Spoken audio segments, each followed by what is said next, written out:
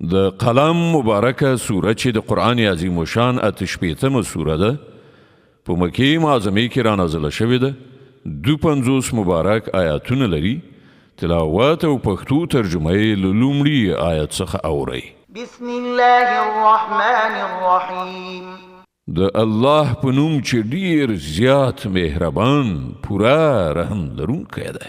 نون والقلم وما يسطرون ما أنت بنعمة ربك بمجنون وإن لك لأجرا غير ممنون وإنك لعلى خلق عظيم.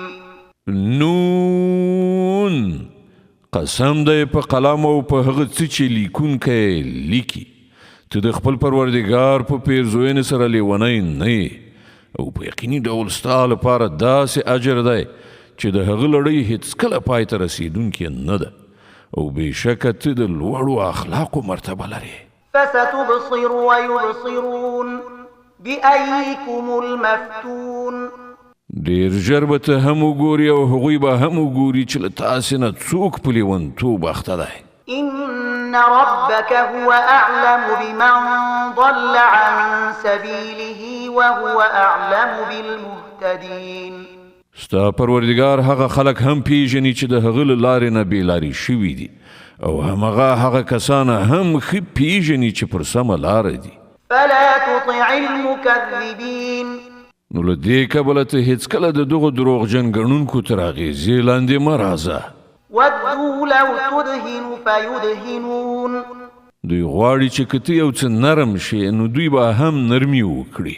ولا تطع كل حلاف مهين هماز مشاء بنميم مناع للخير معتد أثيم عتل بعد ذلك زنيم أن كان ذا مال وبنين. هېڅکله د یو داسې چا تر اغېزې لاندې مه راځه چې زیات قسم خور او بې اعتباره دی، پیغورونه ورکوي، خبرې وړي راوړي، د نیکۍ منع کوونکی دی، په ظلم او زیاتي کې له حده تېرېدونکی دی، سخت بدعمله دی، دلازاره دی او د دې ټولو عیبونو تر څنګه بدذاته دی، په دې اساس چې هغه د ډېرې شتمنۍ او اولادونو خاوند دی. إذا تتلى عليه آياتنا قال أساطير الأولين. کله چې هغه ته زموږ آیاتونه اورول کیږي نو وایي چې دا خو د پخوانیو وختونو افسانې دي. سنسمه على الخرطوم. ډېر ژر به موږ د هغه په پوزه باندې داغ ولګو. إنا بلوناهم كما بلونا أصحاب الجنة إذ أقسموا ليسرمنها مصبحين ولا يستثنون. مونږ دوی یعنې د مکې خلک هماغسې په ازموینه کې اچولي دي لکه چې د یو باغ څښتنان مو په ازموینه کې اچولي وو. کله چې هغوی قسم یاد کړ چې په سباوون کې به ارومرو د خپل باغ میوې راټولې کړي او هغوی هیڅ انشاء الله ونه ویل. فطاف عليها طائف من ربك وهم نائمون فأصبحت كالصريم. هغوی د شپې په خوب ویده و چې ستا د پروردګار له لوري پر هغه باغ یو آفت نازل شو او داسې شو لکه لوکړی کښت چې ګواکې په هغه کې هیڅ شی نه و. فتنادوا مصبحين أن اغدوا على حرثكم إن كنتم صارمين. په سباون کې هغوی یو بل ته سره نارې کړې چې که د میوې ټولونکي یاست نو د سهار په توره خړه کې د خپل کښت خواته ورشئ. فانطلقوا وهم يتخافتون ألا يدخلنها اليوم عليكم مسكين وغدوا على حرد قادرين. نو خوځېدل او پټ پټې سره ویل چې نن به په باغ کې تاسې ته هیڅ یو بېوزلی را نه شي. هغوی د څه نه ورکولو د تصمیم په نیولو سره سهار په توره خړه هلته داسې په بیړه بیړه ورغلل چې تا به ویل هغوی د میوې په ټولولو برلاسي دي. فلما رأوها قالوا إنا لضالون بل نحن محرومون. وکله چې باغ په دغه حال ولید نو وی ویل مونږ لاره غلطه کړې ده، نه بلکې مونږ له دغه نعمت څخه محروم پاتې شو. قال أوسطهم ألم أقل لكم لولا تسبحون. په هغو کې چې کوم یو تر ټولو ښه سړی و هغه وویل ما تاسو ته نه وویلي چې تاسې خدای په پاکۍ یاد کړئ او ووایي که خدای وغواړي داسې یا هغسې به وکړو. قالوا سبحان ربنا إنا كنا ظالمين. هغوی وویل پاک دی زموږ پروردګار په رښتیا چې موږ ګناهکار وو. فأقبل بعضهم على بعض يتلاومون. بیا له هغو نه هر یو پر بل پړه اچوله. قالوا يا ويلنا إنا كنا طاغين. په پای کې وویل خواشیني ده زموږ پر حال بېشکه چې موږ سرکشه شوي وو. عسى ربنا أن يبدلنا خيرا منها إنا إلى ربنا راغبون. کېدای شي چې زموږ پروردګار موږ ته په بدل کې له دې نه لا ښه باغ را په برخه کړي. موږ د خپل پروردګار خواته ورګرځو. كذلك العذاب ولعذاب الآخرة أكبر لو كانوا يعلمون. همداسې وي عذاب او د آخرت عذاب له دې نه هم ډېر لوی دی. کاشکې دوی په دې پوهېدلی. إن للمتقين عند ربهم جنات النعيم. په باوري ډول له خدایه ویریدونکو خلکو لپاره د هغو د پروردګار په وړاندې په نعمتونو مالامال جنتونه دي. أفنجعل المسلمين كالمجرمين. آیا موږ به د امر منونکو حال د مجرمانو په څیر کړو؟ ما لكم كيف تحكمون. پر تاسې څه شوي دي؟ تاسې څنګه حکم صادروئ؟